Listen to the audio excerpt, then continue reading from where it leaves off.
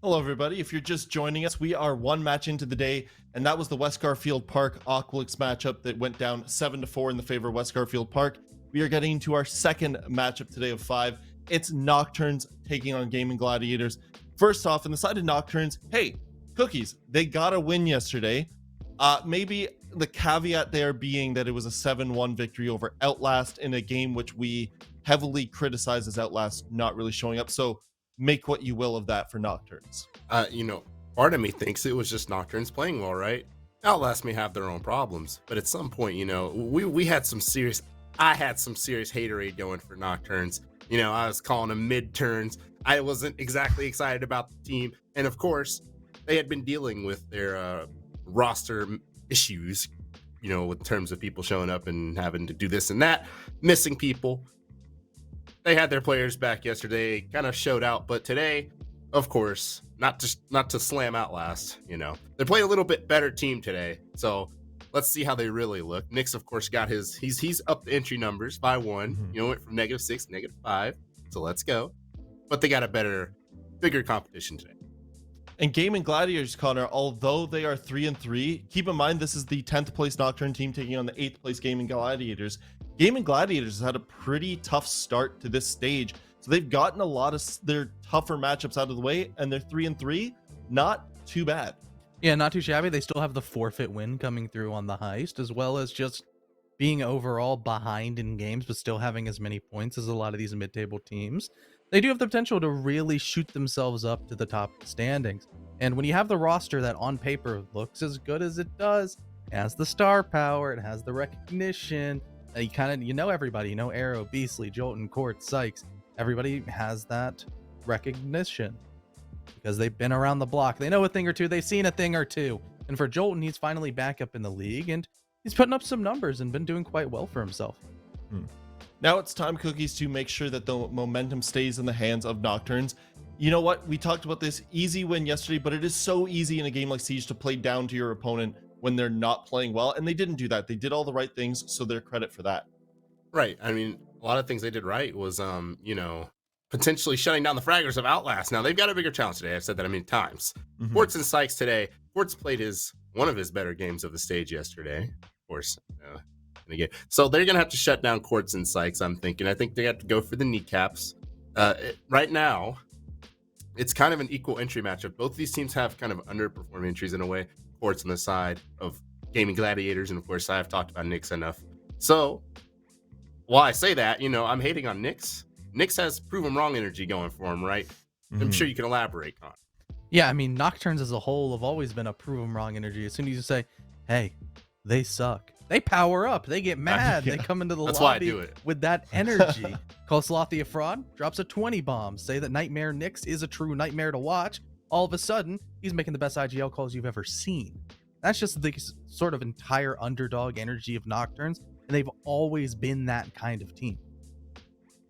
Now, for Gaimin Gladiators, I liked your point earlier saying that they have the potential to shoot to the top, because this is one of those teams that when you look at them, all you can think of is, we see that roster, upside. Exactly. They can grow. They can keep growing. Yeah, and one of the biggest things would be on their defenses that haven't been that great. They can really tighten up a lot of stuff. For Nocturnes, they've always had gaps in their defenses, with now Slothy moves a little bit quicker than Nyx. And that means on their sort of defensive setups where they've had issues have been in the early round. They're giving up pick after pick after pick. And if you don't give Nocturnes a pick, they can kind of stall out and things get a little bit dicey, especially if you're going to try to play a bit more of an aggressive style defense. You're going to be going for those trades. You're trying to just go 1 for 1, 2 for 2 kind of thing, right, CJ?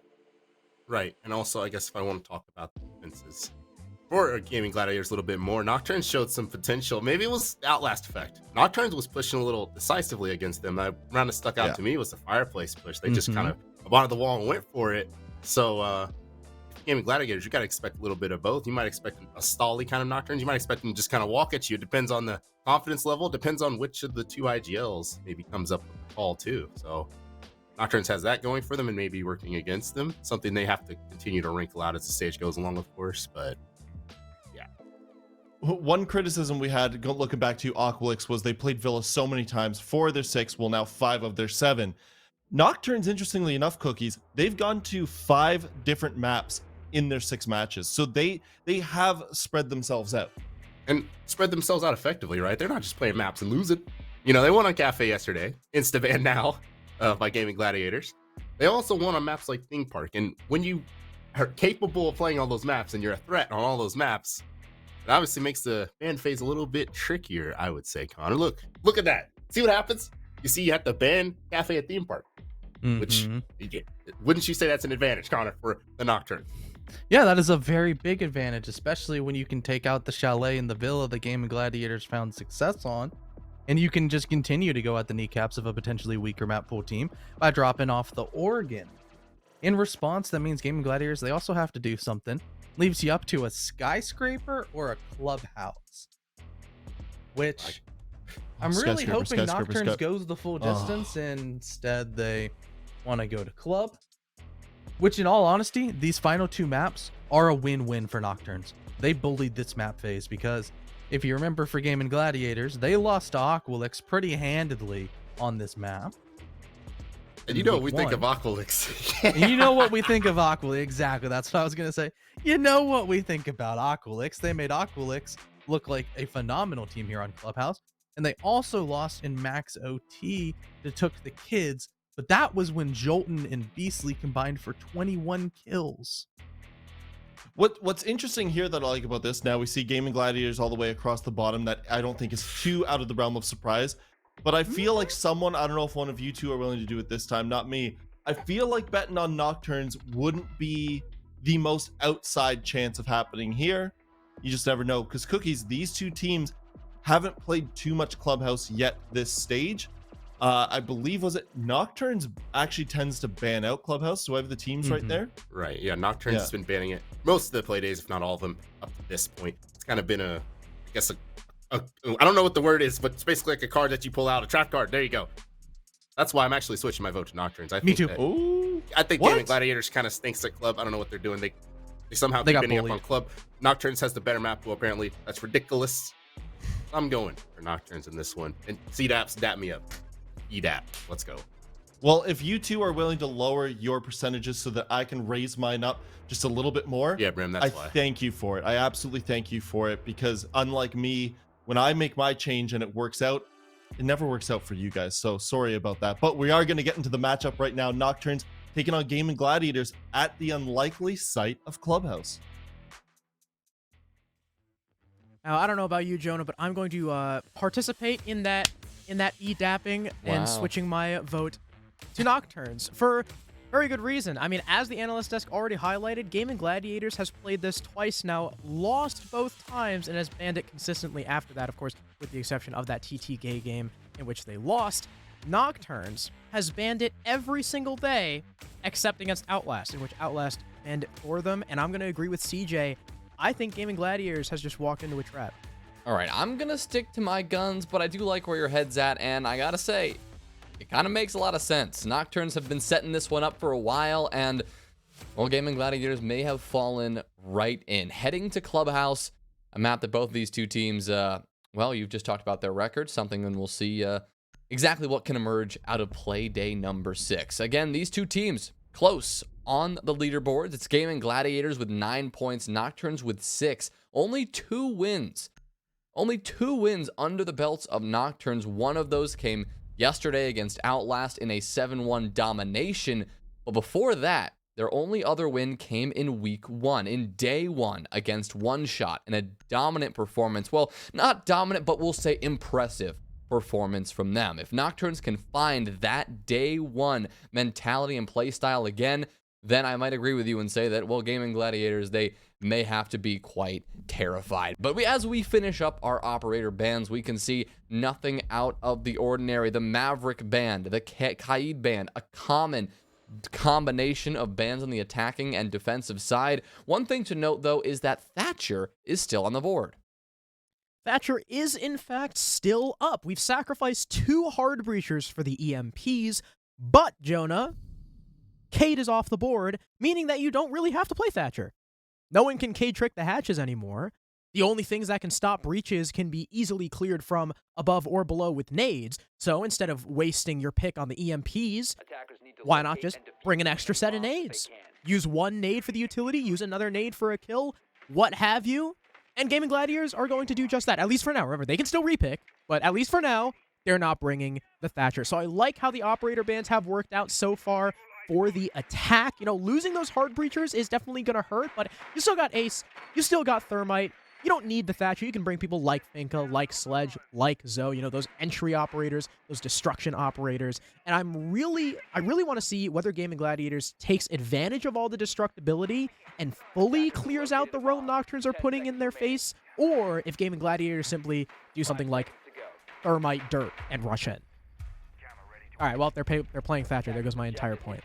Yeah, well, the Thatcher does come out here, so maybe that even if they're not too worried about opening up any sort of reinforcements, they do still want to take care of a bit of extra utility. You can, of course, disable those evil eyes that Nightmare Nyx is bringing out. You can maybe assist your clear on the way into the building if you're having some trouble circumventing those mute jammers. Whatever the case may be, they will make that change, and it appears for now they will be making an effort to clear this roam. You've got Quartz, who has entered through Strip Club to provide that cutoff into Bar, but while he's doing that, the rest of the team is working their way in up above. You've got Beastly on the Thermite, who's going to open up this Jacuzzi wall, exposing Exod in a moment or two, who is currently positioned in Gym, assisted by Poison, who is backed off into Logistics, waiting just for this clear to come on through. He'll have to back off as now that drone has spotted out his position. And Gaimin Gladiators, they are just waiting for this moment to push in.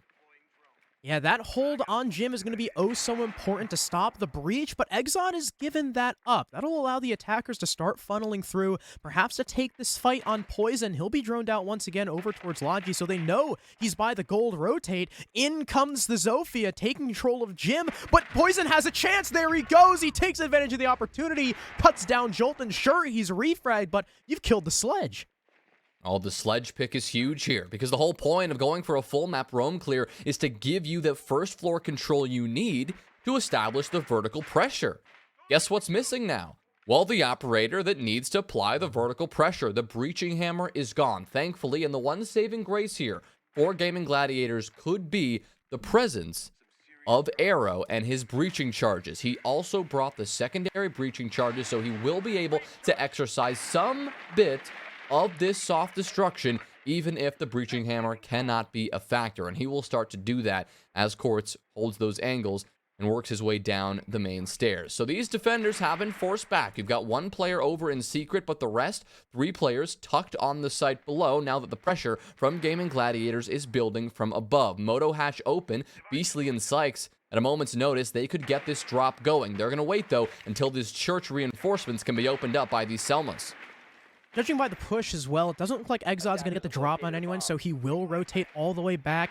The vertical destruction with those breaching charges as well, severely limited because they only have it on the Ace. I would have liked to maybe see it on the Thatcher or the Zoe as well. Beastly drops Moto, gets the pick on Slothy, attempted refrag from Nyx, but he'll miss the shots, and that means plant attempt is going to go through from Beastly. Nothing to stop it from the defense, no C4s or anything because no one with C4s is left alive. Lackey will get a nice pick. Nyx actually finishes the planter with the Evil Eye that he was planting on top of, swinging the man advantage back into the favor of the Nocturnes. Both attackers, though, have retreated back upstairs, but they don't have any vertical coverage on this diffuser. As long as the defenders can take main away from Quartz, go 1-for-1 with this Thatcher, it could be a relatively safe counter defusal. In comes the Alda, easy pre-fire for Nyx, just has to hold on to the drop down, but there's the vertical play from Arrow. Exod gets off the diffuser. He could have had the win right there. It'll be denied by Arrow. What a misplay from Nocturnes. All he had to do was stick, but he'll give up the round. There's the time.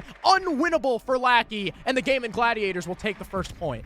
Oh, they'll take a round, but a little bit of a gift from Exod for the Gaimin Gladiators. Exod had every opportunity in the world to stick that diffuser. Once Quartz was felled, the only player to have the coverage on that diffuser was up above on the Moto hatch. The wrong position to hold if you want to deny the counter diffuse. His plan, and what we ended up seeing him do, was work his way back towards the main stairs. But if Exod had stuck that, there was no opportunity for that last attacker to drop down the Moto hatch and get the diffuser removed, because again, that would have been covered easily by the remaining defenders, and there was no time for the full rotation over to the main stairs to get the angle he needed to take down the planter. Just a slight misplay, a momentary decision to get off the plant and assist in a gunfight, and that was enough for Gaimin Gladiators to take the round. But Nocturnes, they put up a hell of a fight on the site below in terms of, retaking that bomb site. An impressive effort nonetheless.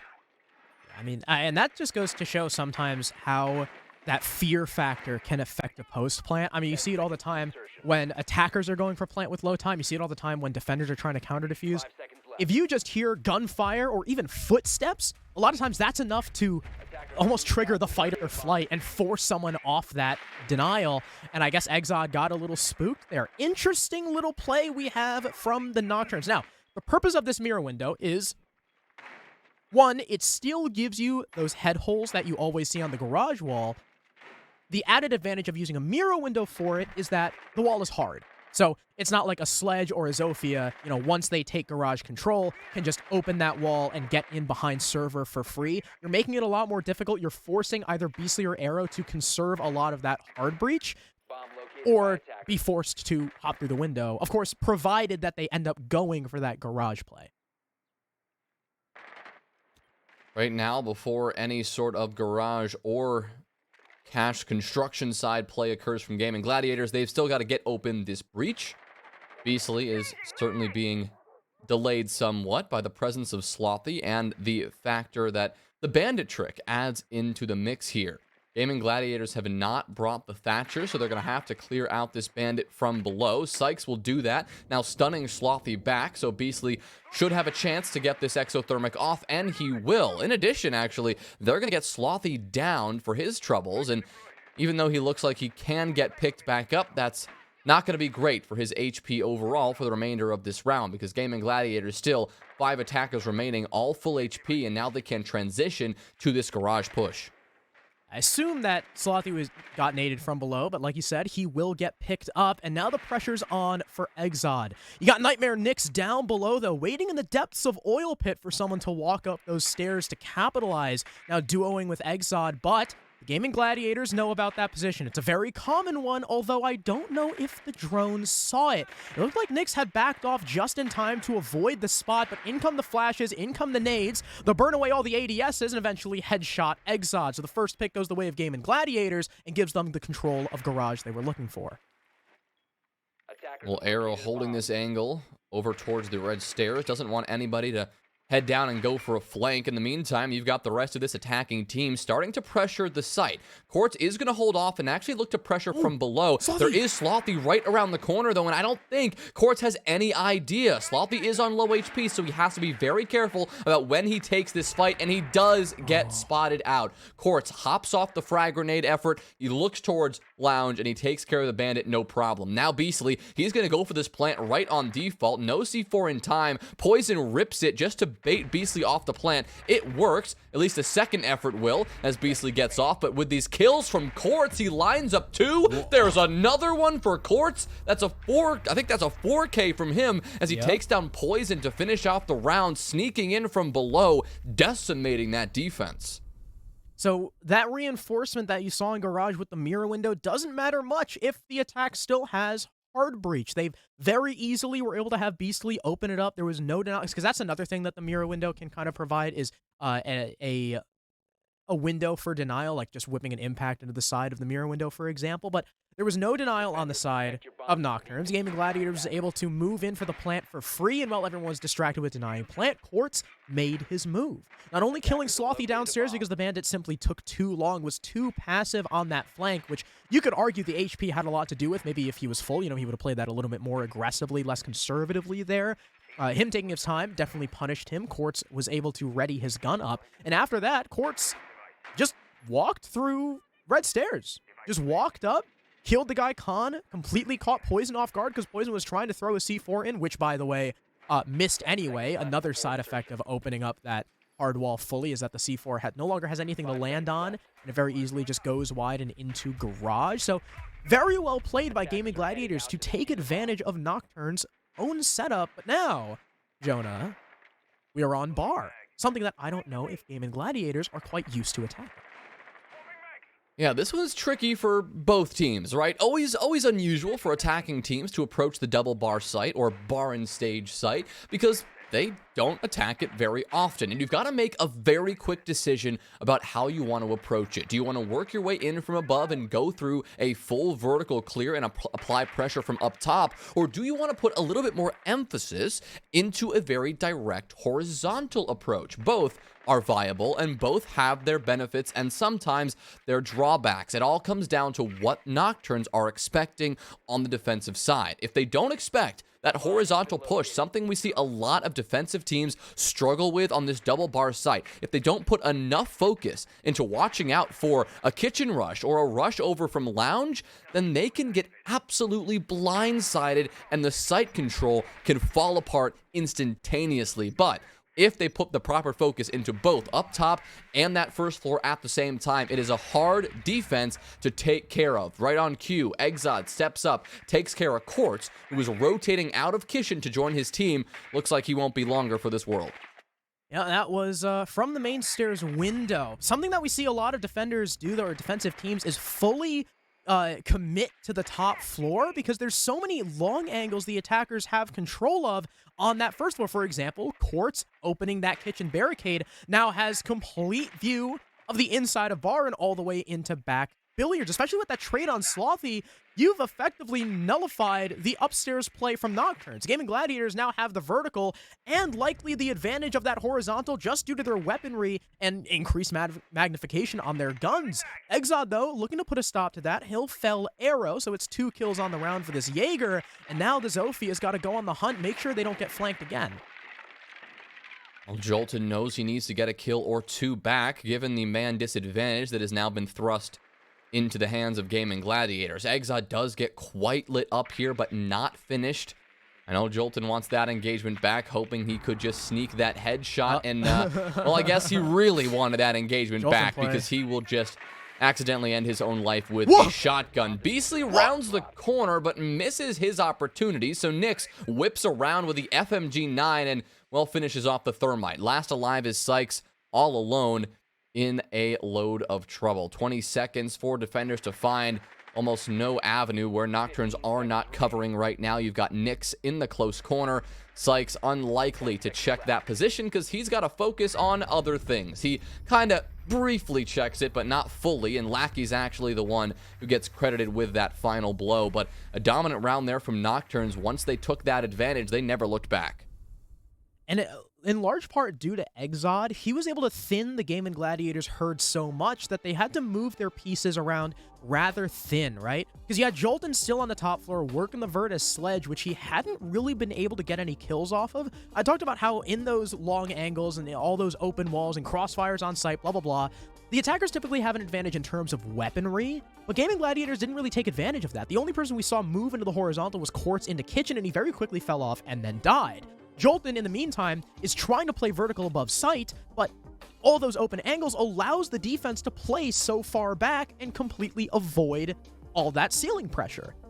Then, as the time gets low, you have one player hunting Exod who goes all the way back towards cash server side of things and goes down red stairs. He eventually tries to link up with Beastly pushing in through Wolf, but the way Nocturne set up the site, not only did they have a bunch of angles open, but anywhere they weren't watching, they had completely barricaded off either by a castle or a standard barricade, which, as you know, provides not only just visual cover, but also, more importantly, a sound cue. If someone's pushing that direction, Nocturnes are going to know because they have to open that barricade. So because Beastly had to go through Wolf, Nyx could safely stop him because he knew there was still a barricade lounge. Sykes wasn't there yet.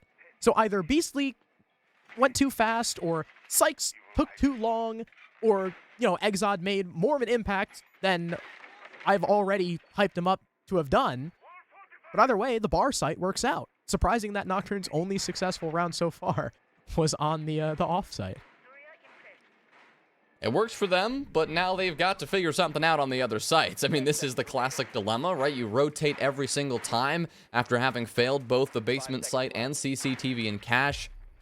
You can't go back to bar and the stage, at least for a couple more rounds. So they've got to find out something, figure out something to do, and they're not going to go back to, or not going to try, rather, Gym at all. They're going to let that one slip by and instead favor the church site down below.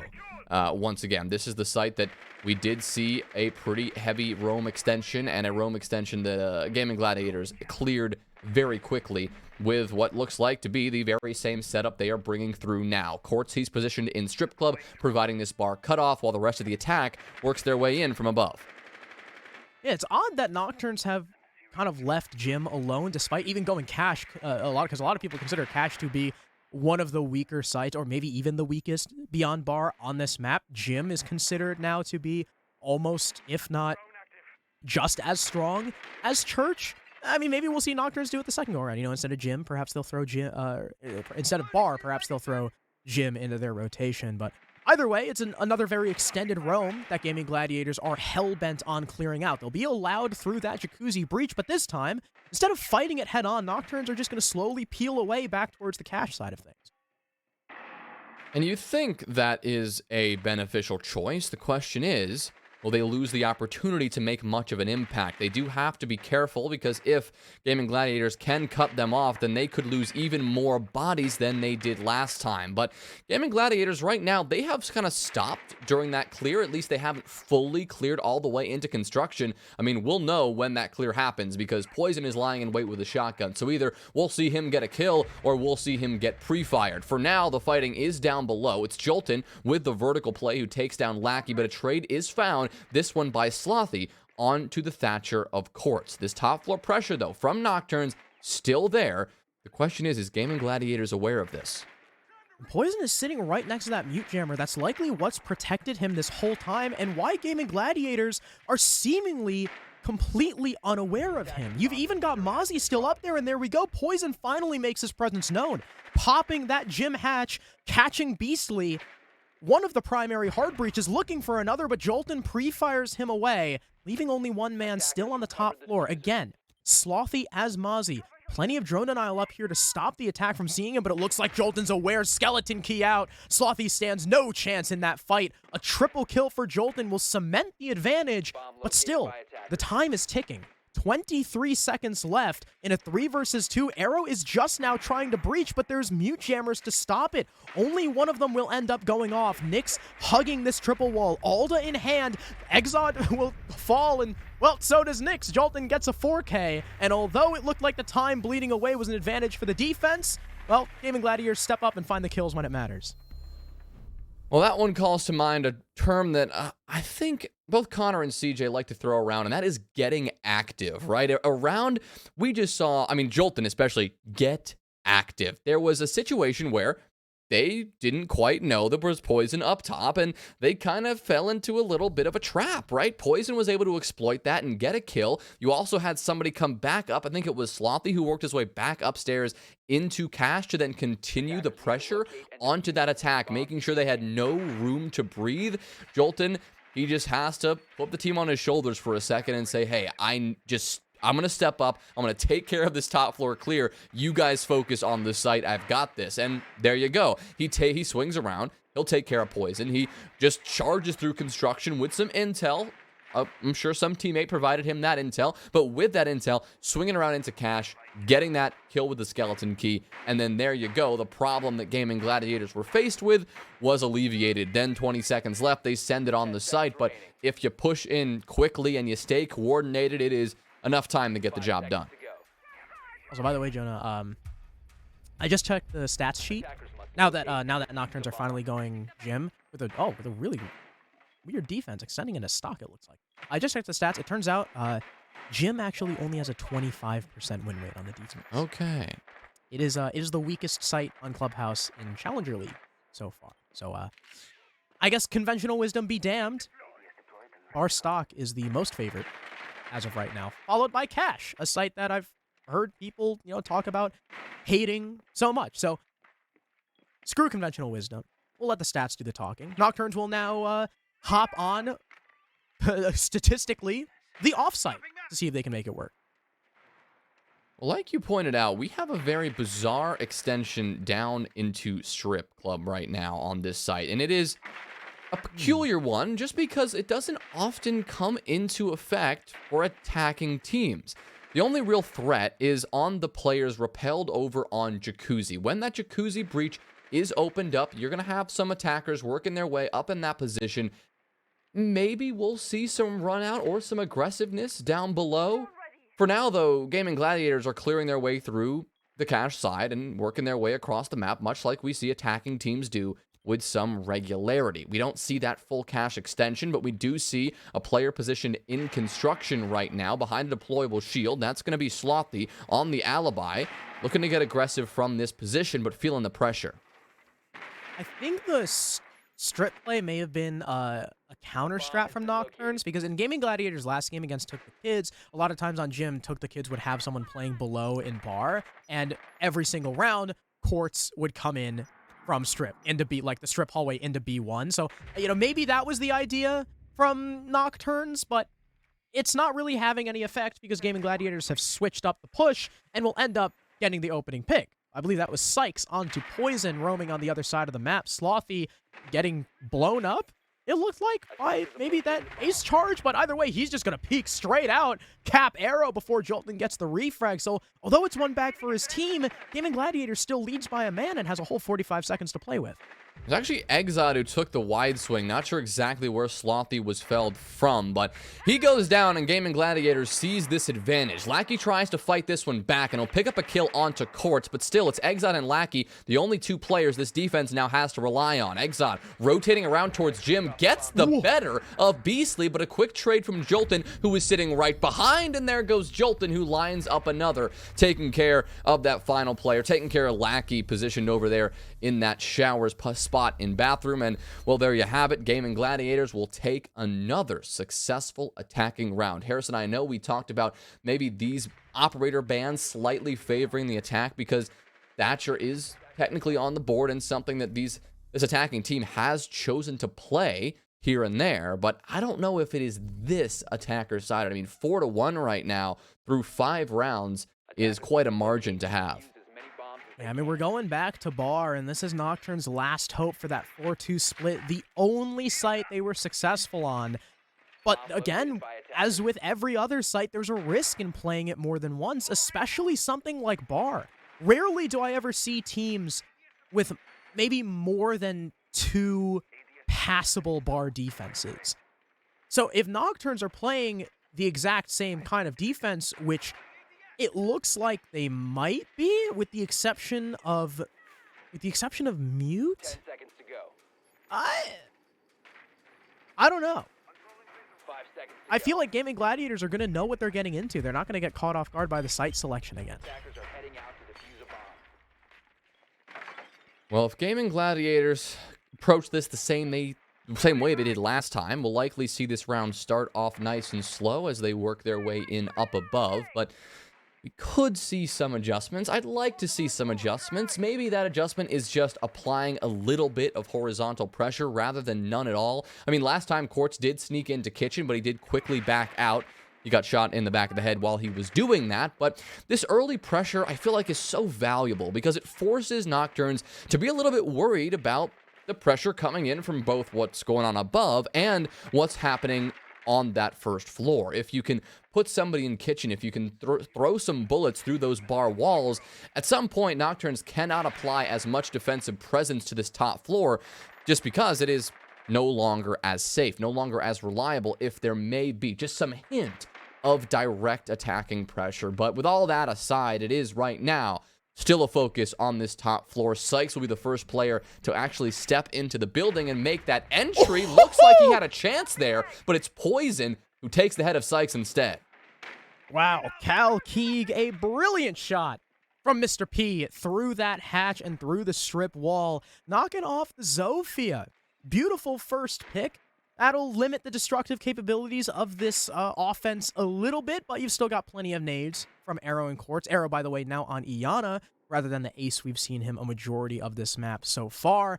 And this time, Slothy's sticking around on those red stairs, maybe looking for a late flank that we saw Exod employ in the previous round.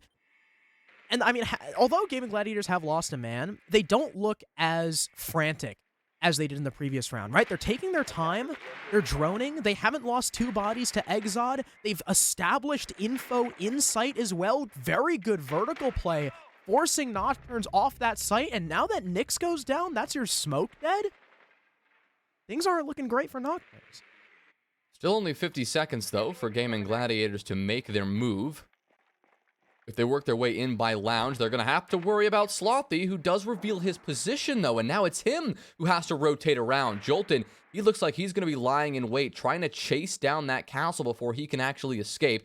Same thing goes for Arrow here. But it's, wait a minute, it's actually Slothy to get that kill. Jolton, I guess, just not prepared for that. Back in a 3v3 now that Quartz picks one up. But this defense is very extended. Look at this. Nobody is on the site, and Gaimin Gladiators, they've got to make a move. The site is exposed. Just step up and take it. Beastly, he'll go for this plant. Exxon knows he has to stop this, but walks into the native Quartz. Poison walking up to deny this plant also Slothy, gets shut down, and Slothy cannot get the angle from above. Inches off. Denying that plant would have been a fatal blow, but instead it is Beastly who delivers the fatal blow to Nocturnes, securing a 5-1 half for Gaimin Gladiators on the Clubhouse attack. And I mean, there it was. Gaimin Gladiators knew exactly what they were walking into. No more surprises from Nocturnes to pull out. And that was such a heartbreaker. 3 versus 3. Gaimin Gladiators had established themselves. This time, sure, again, they had to kind of spread themselves thin, but they were in the right positions this time. And Slothy had the round winner. He was above. He has the perfect opportunity to deny plant, and I don't know what it was. Either a late call, maybe Poison didn't know where the plant was until, he kind of half swung and died to Quartz, holding from Kitchen, which, by the way, very well done to Quartz getting that 3K, really saving his team. But if Slothy was just a slight bit earlier, it would have been a 4-2 half. But nope. Nocturnes, again, their defensive woes really troubling them. I mean, they go down 5-1 against a Gaimin Gladiators team that did not look good on this map. I don't know. I'm really worried for Nocturnes now. The only saving grace, and I'm going to keep doing this, their only saving grace right now are the stats. Gaimin Gladiators has a 36% defensive win rate. That is terrible. It's not as bad as 5-1, but it's that little glimmer of hope that Nocturnes needs. Well, Nocturnes have got to get started on this comeback as soon as possible. You give one more round to Gaimin Gladiators, and it is a terrifying prospect at that point, because you've got to get then 5 rounds back-to-back, and Gaimin Gladiators would be on match point, and they'd be sitting ready to put things away. So Nocturnes, hoping to start off with a bang, will be entering up above and going for this top-down clear. Big difference we're seeing here from Gaimin Gladiators compared to the Nocturnes defense is that there is no big SSG-style roam or just big extension over the entire map. Instead, Gaimin Gladiators are playing this one a bit closer to the vest here. They're backed off, mostly sitting on the site below. I think all 5 of our defenders are actually positioned downstairs. No one looking to challenge and get too aggressive. There is an extension over in dirt. That's about the far as the extended defenders will go, but because of that, it means that Nocturnes are able to get into the map and clear out pretty much the entire top 2 floors within 60 seconds. It's a little odd that Gaimin Gladiators aren't playing farther forward, especially because we know that they can be an extremely aggressive team, very in your face. I mean, I feel like we say that about a lot of CL teams, but that's because it's true. A lot of these teams love playing in your face, and Nocturnes are a team that get overwhelmed fairly easily on their attacks that we've seen thus far this stage. If you get in their face, if you throw a wrench in their plans, like a lot of times we see with Karn & Co., they tend to fumble. I mean, even take this first half as a good example. Gaimin Gladiators, pretty consistent across the board. Meanwhile, on Nocturnes, no one on the team has above 3 kills. And in comes Exod, though, looking to shut me up, wipes Jolton away from behind that mirror window. I mean, it was his 4th kill, so finally getting over that, slight margin that Nocturnes just could not get past. Quartz does have an answer for that, though, and he will take care of Nyx. Removing the sledge, thankfully for Nocturnes, the sledge had already done his job in terms of that breaching hammer and the soft destruction that he can bring to Kitchen, opening up that floor and really forcing Gaimin Gladiators to rotate around scrambling around just to find a safe spot to hold. Stuns will come in now. Beastly caught in the middle of the site, but a fadeaway Nitro Cell actually gets the 1-for-1 trade with Exot. Poison now looks to get this plant as Church control is firmly in the hands of Nocturnes almost out of nowhere. They take this control and they look to get this bomb down. Slothy covering the Ash wall takes care of Quartz, but Arrow gets one back through the blue wall this time. Sykes now stepping up the long haul, choosing to come in from behind. Arrow, a perfectly timed kill onto Slothy. It's all up to Poison. He does a little ring around the rosy himself, and he gets them both! Takes care of Sykes in the hall, takes care of Arrow in blue, who was looking around, running all over the place like a chicken with his head cut off. No idea where Poison was positioned, and that will benefit Nocturnes, giving them the round. That was so scary. I really thought after Arrow was able to get those 2 kills, he was going to have the perfect opportunity, him and Sykes, to pinch out Poison. But, I mean, this is just sometimes the way Siege timing happens to work out. Poison, I mean, perfect. It couldn't have been timed better. As soon as Arrow gets that kill and reloads, falls off the angle, Sykes wraps around towards main stairs, Poison makes his move, gets out of the plant spot, stops exposing himself to trip wall, and while Sykes is searching for him, like, okay, he's not on diffuser, he must have backed off and gone back upstairs because surely Arrow would have seen him. Gets caught. And Poison, I guess Arrow was like, oh, how did he get there? I don't know where the hell he is. Blah, blah, blah, blah.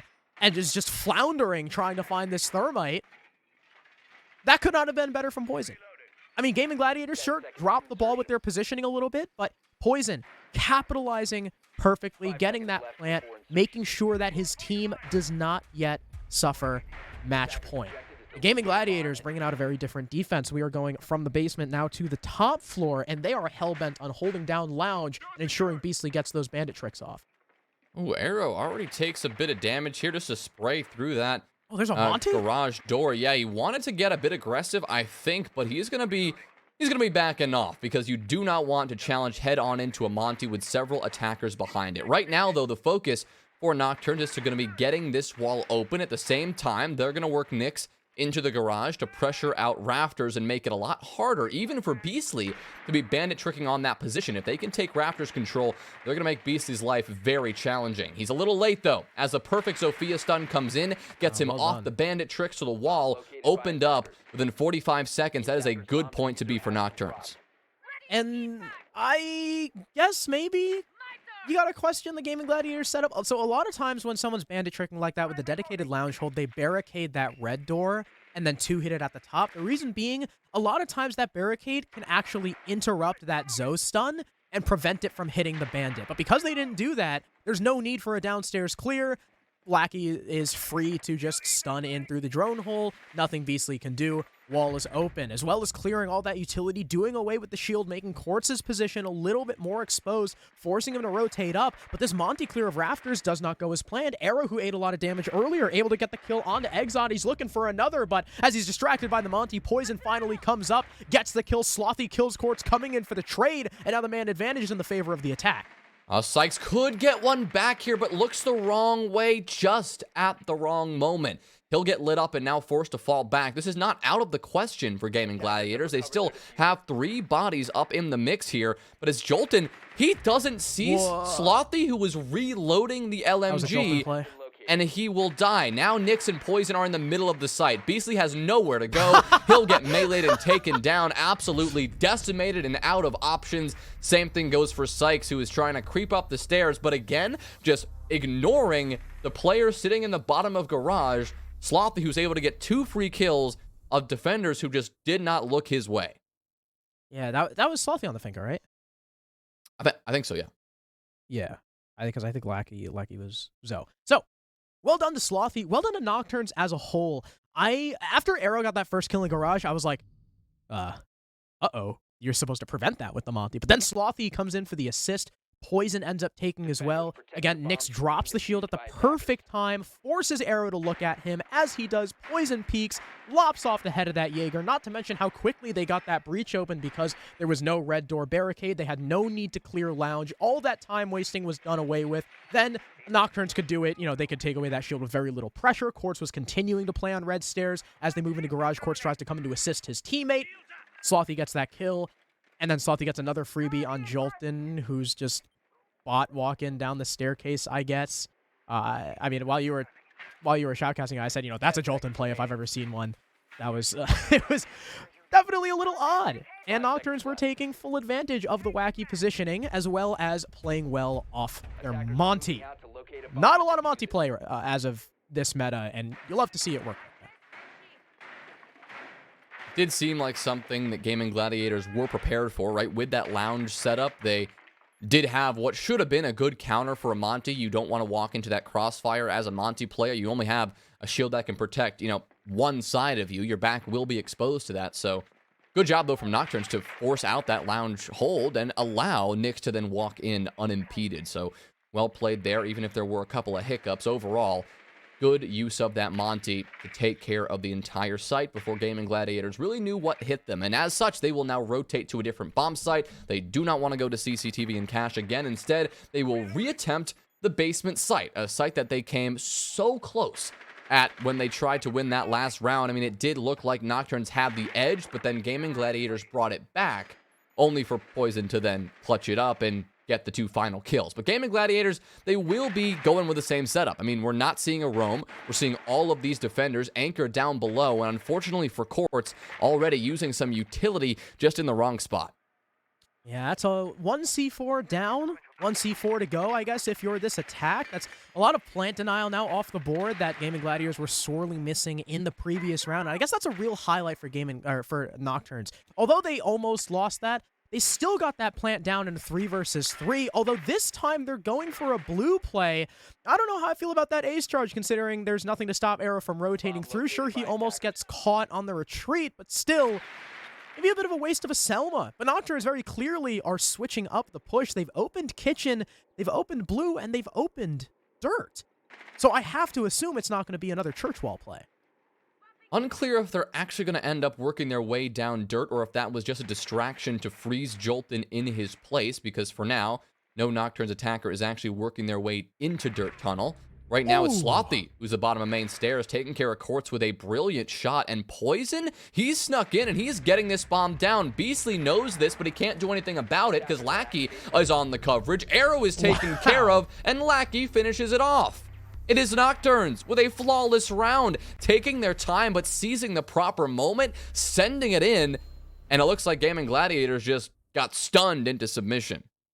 I looked down at my notes to write down, the Slothy opening pick on the courts. I look up and Poison is planting. Did he drop Kitchen? I would have to assume so, because there's no other place he could come from. That's such a... I mean, someone dropping a hatch is something that you can hear, across the map. You can hear someone dropping off a table. And I guess no one from Gaimin Gladiators knew. Maybe, a lot of times players don't hear stuff because, comms are kind of cluttering their sound, whatever. They need to hear their teammates, whatever. Either they had no idea or they just had nothing in position to deny it. Every time we saw someone from Gaimin Gladiators reposition or push out from where they were just sitting, they got caught. Nocturne set up that sneaky little plant play perfectly. It's like a complete reversal from what we saw on the defense, where Nocturnes, their positioning was not great. They weren't finding a lot of their frags. They were giving Gaimin Gladiators a lot of room to breathe. Now it's the exact opposite. Nocturnes look fierce. They are finding their picks. Beautiful shots being hit left and right by people like Poison, Lackey, Slothy. And everywhere Gaimin Gladiators try to move, there is a gun from Nocturnes trained on it. They're being very thorough. I guess that's the point. That's the Mr. P and Nightmare Nick's discipline finally showing, because we missed those two players playing together for last week, I think, right? One game Nyx was out, one game Poison was out, or something like that.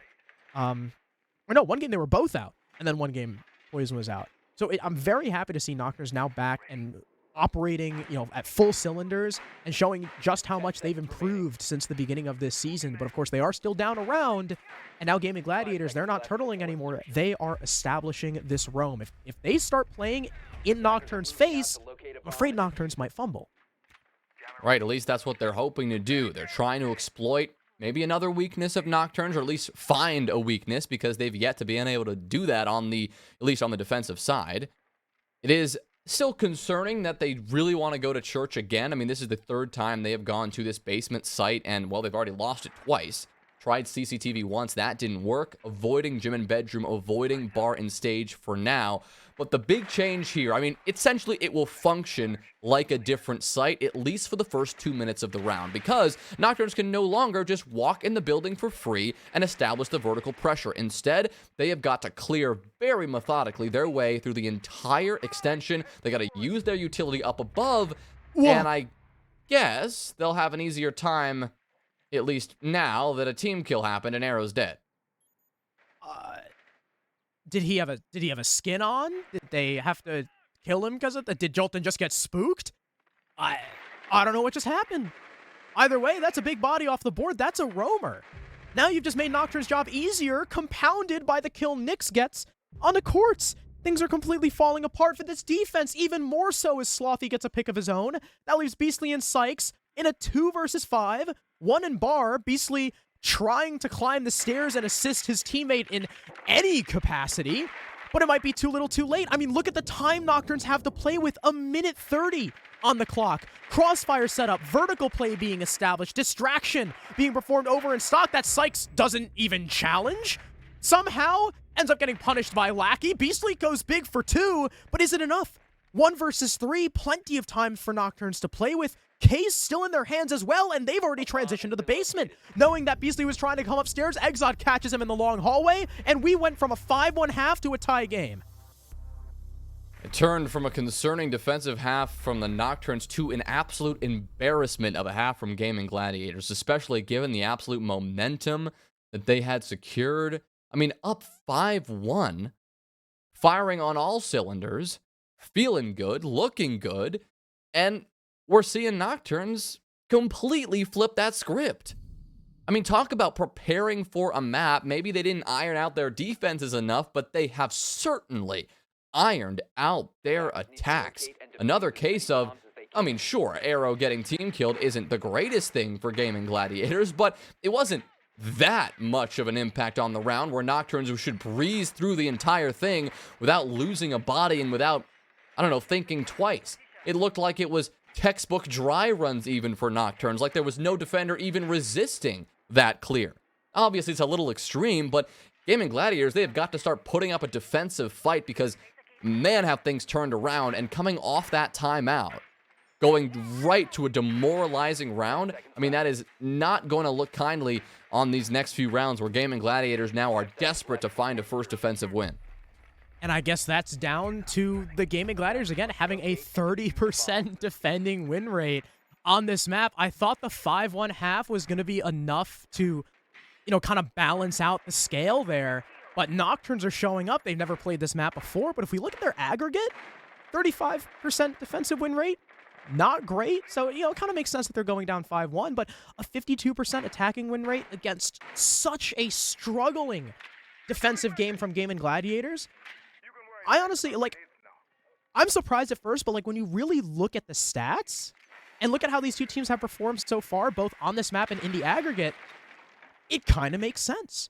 Now Nocturnes are on the cusp of turning this advantage around and ripping away those 3 points from Gaimin Gladiators, and this fight could have a big impact on it. Lackey just under the hatch, looking like he wants to take the fight against Quartz. It could be Frenchie v. Frenchie here in a second, but Zofia evades the line of sight for now. No one playing downstairs means he's relatively safe. Again, Quartz not holding the angle will allow the Zofia to slip through. And Lackey can now go for that vertical play if he so chooses to flush positions like Quartz is out and like Jolton in bathroom. Right now, Lackey is droning the basement, making sure nobody is sneaking up on a bit of a flank because all the other drones are busy focused right on Quartz's position. They all know exactly where he is. Several drones. Lackey sitting down below.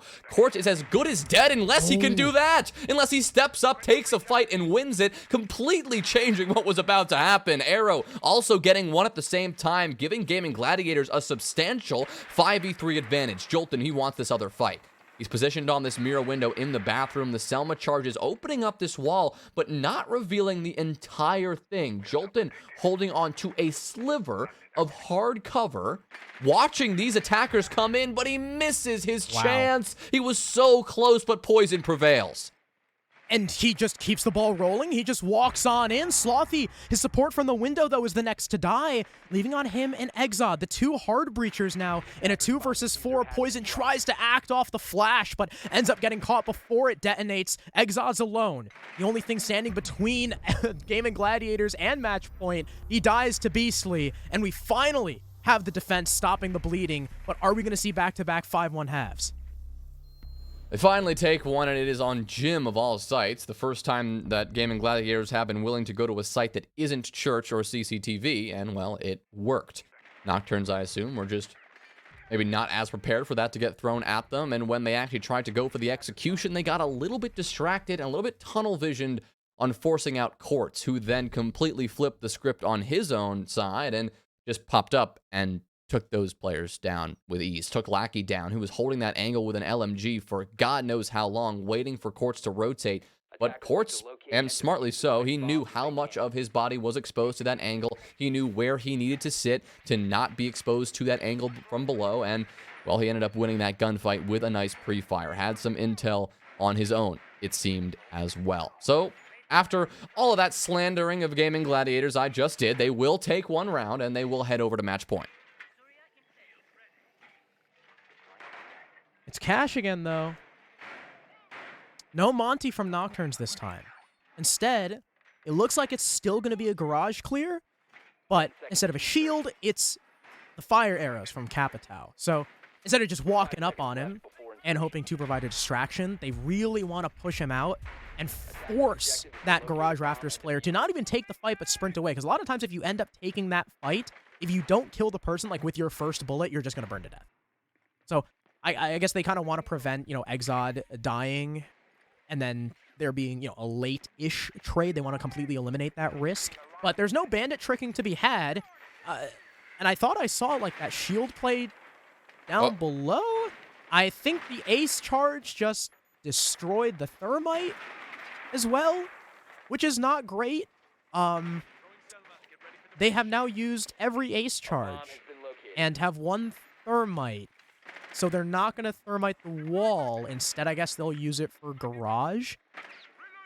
Ooh, bit of a slight utility misplay there. That doesn't usually happen, but I think there was some slight communication issue with who was going to get that wall open and when they were going to do that. So Exod putting those Selma charges down prematurely, making Poison only have one of those exothermic charges to actually work with. He'll use the other one over on that garage left panel and open things up. They've also got a ping on Quartz's position, and he is once again pinned down. The question is, like last round, can he step up and get himself out of this do or die position? He's continuing to get droned. Poison knows where he is. They've got some pressure coming in from that main double door.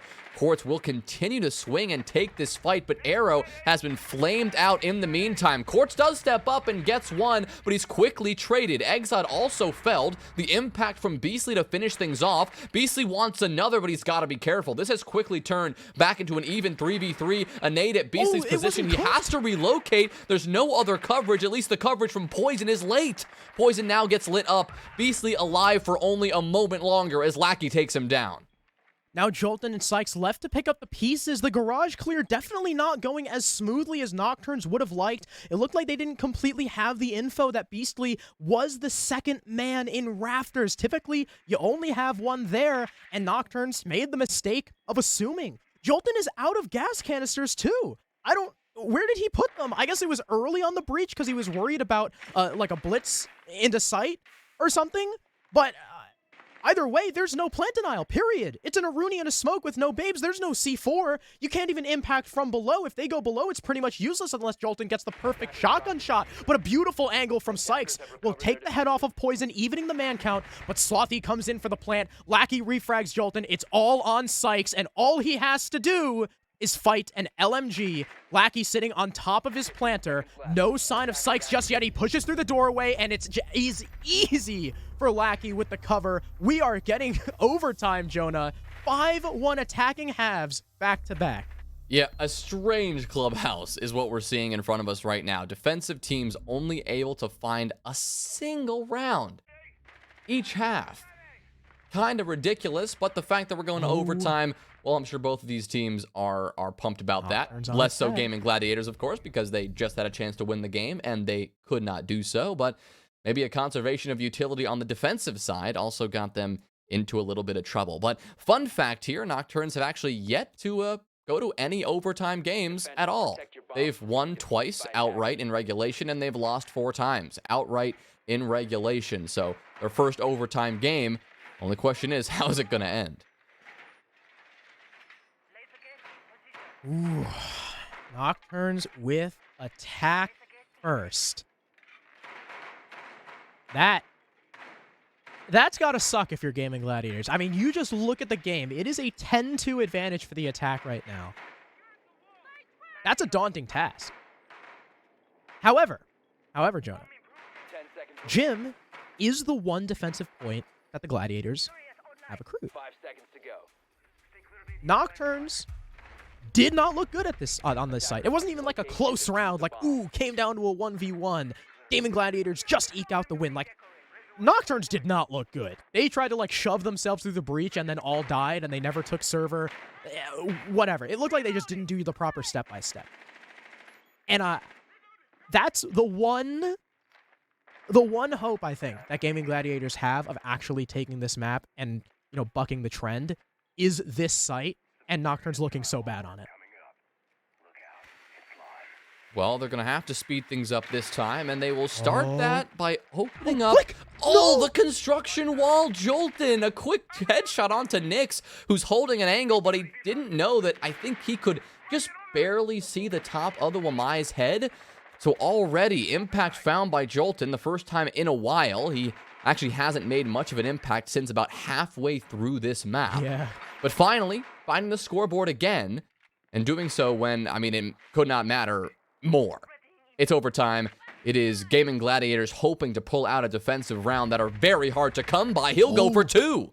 Jolton collects a kill onto Exot as well. Nocturnes, this clear from the cash side has gone horribly wrong.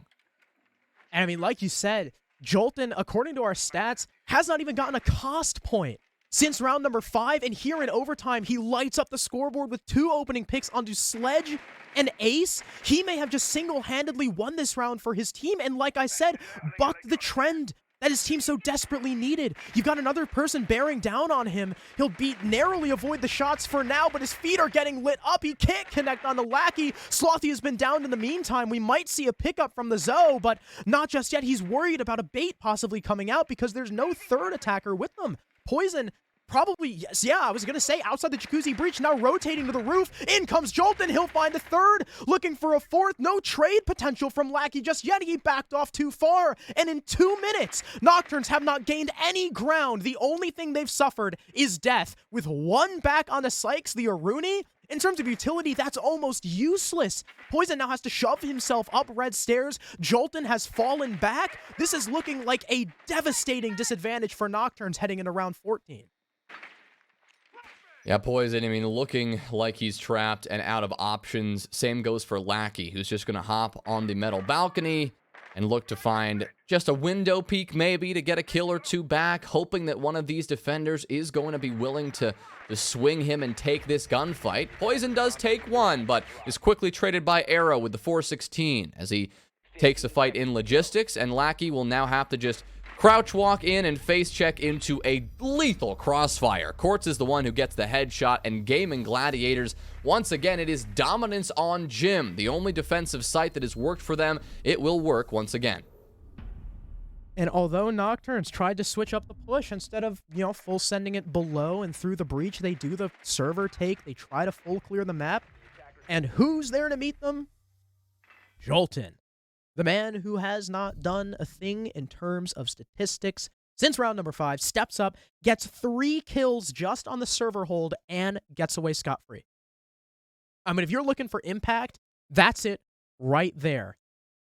The third defensive round 1 comes at the perfect time when Gaimin Gladiators needs it most. Now we have Nocturnes swapping onto the defense. Church, a site they've defended twice and not been successful either time. Their only win was Bar. They tried it again and failed. And at this point, I mean, Bar is one of those sites where you defend it once, you probably can't do it again, as we saw in that first half. So where does Nocturnes go? Church, I guess, was one of their better attempts. It came down to like a 1 versus 1, but still, the pressure's on for the defense. And now even more so because the Nocturnes face, again, their second match point of the map so far. This time it is overtime match point, and there is no looking back for them unless they can pull this one off. Again, they have secured at least 1 point. They've got 1 point under their belts. An overtime loss still gets you something, but they would love to emerge here with not only that victory, but with the 2 points that you gain if you are victorious. But Gaimin Gladiators, they will once again have to stare down a substantial extension. Nocturnes have not varied their church defenses much at all, going for a roam, going for a very big extension every single time. Quartz has been the player on the attacking side to provide the cutoff over from Strip Club, and he will do so again, now pressuring B1, while the rest of the team works their way in up top. Jacuzzi wall opened wide, Arrow pressuring that logistics hatch, and they are getting this web of control around the map as soon as they can, but this takes time. And if Poison, like last time, if he is able to go unnoticed and shoot a couple of players in the back, Gaimin Gladiators, well, they're going to be in a load of trouble. Remember, it's not just Poison. He's got help up there, both Exod and Slothy on the roam with him, as well as support down below in Bar. I think that's Lackey on the Oryx, but it's Quartz to get that kill. The man who I just highlighted, covering beneath. He goes down first. Now those rotates from the top floor players are going to be much more exposed, no longer having that coverage. Poison's playing close on the doorway with the shotgun, but the Gladiators seem to be rotating. They figure, all right, we've taken Master. We've taken above Bar. That's all we really need to do. These players by server and cash, unless we go for a blue play, can't do much. And that's why you see Exod now fully rotating off the roam and leaving Poison alone to hopefully go for a successful late flank. Well, the difference here is that Gaimin Gladiators, they have a drone to watch. They just have to watch it. That's the only requirement, because if Poison can sneak by it, again, he can make that impact, because all he has to do is drop down that hatch. In a moment's notice, he will disappear from the drone's view. So someone on Gaimin Gladiators has to be paying attention. Right now, their focus is on the site, and they cannot get sidetracked here. You do have Sykes, who's going to maintain that flank watch and going to be flicking these drones. He may have just spotted out Poison, who did drop down, rotate away, that is, and reposition. Beastly, the fact that he's turning his attention towards that position suggests he does know that there was somebody over there a moment ago. Poison has since dropped down to regain the 4 defenders on the site, because this push from the attack, it is right about to happen, but Nyx, he's the one who pushes. He takes down Arrow first.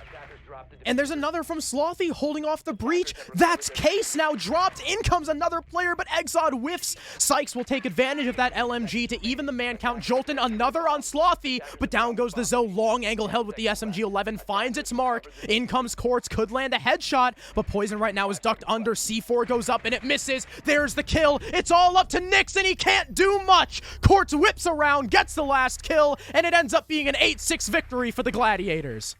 Well, that was a close one. Even that last round came down to a nail-biter, despite how attacker-sided this map has been. But a peculiar Clubhouse, just putting it that way. Not necessarily in how each round was played out, but really just in the overall side split. A 5-1 attacker-sided Clubhouse is not something that we see very often. And when we see that, we usually don't see the other attack come out equally as strong. Both teams proving very powerful on one side, but defense is where things just could not click, and it turns out that the defensive team who could just get one extra defensive round than their opponents was the one who prevailed.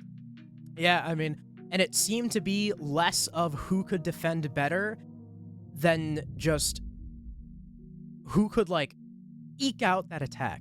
Who could find that site that they could consistently win on, and which one was impossible. And we saw Gaimin Gladiators, despite losing the first go-around of Bar, retook it.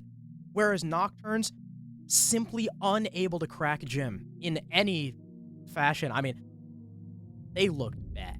They looked completely lost on that site. And it really sucks to see after such a dominant attacking half, where it looked like every other site was under their control. 8-6 though, the final result. 2 points for Gaimin Gladiators and 1 for Nocturnes to give us the full scope of exactly what happened on this unusual Clubhouse. We'll throw things back to our analyst desk to break this one down. As Jonah said, it was an 8-6 victory, an absolute dog fight of a match between these two teams, Cookies. And I mean that in the best way possible. We were treated to a show. And I have to say, I know it's not much of a consolation prize after a loss, but Nocturnes elevated their game in this matchup. Nocturnes came prepared to play. We talked about in the pre-show how, maybe they caught Gaimin Gladiators off guard with this map, right? They've been banning it out. They've been an unknown quantity on this map. And well, they've shown why. Obviously, defenses they were a little questionable. I'm sure, Connor, you can elaborate on when we get to it. But I did like what I saw at attack out of the Nocturnes. I did like the Montaigne push. Tried to mix the Capitao in there on the cash attacks. And part of the reason this map is so attacker sided is because you can really tee off on the defenders in a lot of those alternative sites. And that's kind of become the narrative these days. Is this attacker sided now? Like, are we in the era of an attacker sided club? I think so. What do you see that? I agree. But I also want to say that this game should have been 7-5 Nocturnes. If you remember all the way back to round 1. Exod, you see bottom of the scoreboard, 0.71. He also trolled! Got off the diffuser when he was fully covered. 1.5 seconds left. Nobody was shooting at him. He got off. He got scared. Pros don't fake. He just got off the diffuser. That would have led to them winning in regulation. And in a matchup that was so incredibly attacker-sided, I thought for a second, as soon as we transitioned onto the defensive side of Gaimin Gladiators, that them not having a bar was going to be the difference. Because they weren't finding success on Gym. They weren't finding success up top, also on CCTV. Basement seemed impossible to hold on to for every single team. And the difference there was for Nocturnes, they were able to go to bar. They were able to go to that new site and found success there. But it ultimately was all for naught. Oddly enough, a success in only the tertiary site. But hey, it did work out for them at that point. But we are going to talk to Quartz again from the side of Gaimin Gladiators, as they are the victors in this matchup. Quartz, are you able to hear me? Yeah, I can. Congratulations. This was not an easy win for you guys. Did you think that Nocturnes was going to be able to give you guys as much of a run as they did? I mean, I guess like we wouldn't expect that, but at the same time, I mean, we've been having a hard time against pretty much everyone in the league. So, I mean, yeah, we expect every game to be close at this point. Well, we did note that you guys have probably had a tougher first half of this stage than most teams have. What kind of grade would you give your team at this point? What have you seen that you've liked through, what is this, 7 games now? And what have you seen that you would kind of like to improve upon? I'd say like we definitely need to work more on team play, right? That's definitely like one thing that we've been lacking. Our comms also are pretty bad at the moment, but mostly I'd say if I had to give like a rate, I'd be like giving like a 7 out of 10. We thought we'd be higher at this point and have more points, but it is what it is. So we're just gonna keep pushing. There's still a lot of games to be played, so. Definitely. And you know what, to end on a positive note, yourself and Jolton today, the two of you are popping off. I've got in my notes here 3Ks and 4Ks all over the board for the two of you. Was this more that individual play? Were you two able to play off of each other a lot? How did your game feel today?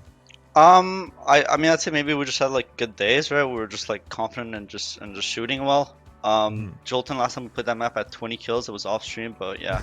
And his birthday is also tomorrow, and he told me to mention it, so. A little happy early birthday prize for him. Well, thank you very much for your time, Quartz, and it's been exciting watching you guys. Thank you so much. Thank you. Appreciate it. Yeah, I think we have to be pleased with the way, as the viewers, this match turned out, because I think maybe in a game where we thought it might have been a 7-4 in the side of Gaimin Gladiators, we went all the way. Hard-earned, point by Nocturnes, but good for them nonetheless. But 2 games down, 3 more to go. We've got LSR taking on Outlast after this quick little